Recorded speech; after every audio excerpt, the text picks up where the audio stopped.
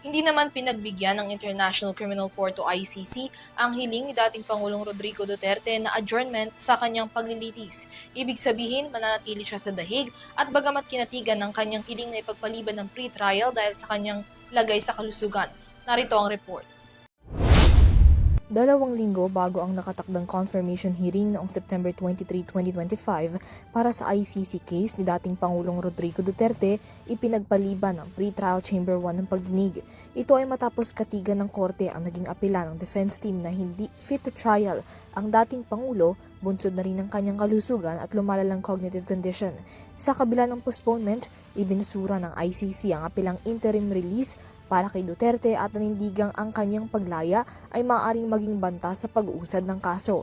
Makalipas ang halos 10 buwan mula nang maaresto at madetine sa ICC at 4 na buwan naman mula ng postponement, itutuloy na ng pre-trial Chamber 1 ang confirmation hearing para sa kasong crimes against humanity laban kay Duterte.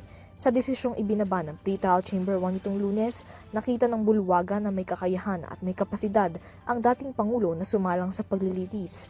Ayon sa korte, ang fitness na sumalang sa proceedings ay nangangahulugan na kaya ng nililitis na maunawaan ang proseso, makiisa sa paglilitis at masiguro mismo na mayroon siyang fair trial rights. Kasama na rito ang kanyang abilidad na maunawaan ng kaso, ang mga ebidensya, ang layunin ng pre-trial proceedings at bigyan ng mandato ang kanyang defense counsel.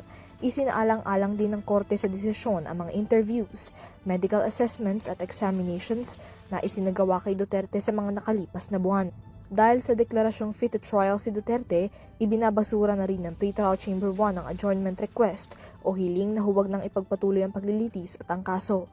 Magpapatuloy na rin ang na-postpone na confirmation hearing na itinakda na ngayon sa February 23, 2026.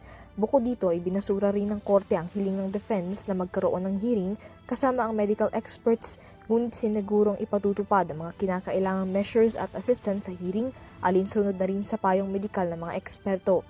Samantala, iaapela naman ng kanyang kampo ang nasabing desisyon at igigiit na hindi pinagkalooban si Duterte ng due process.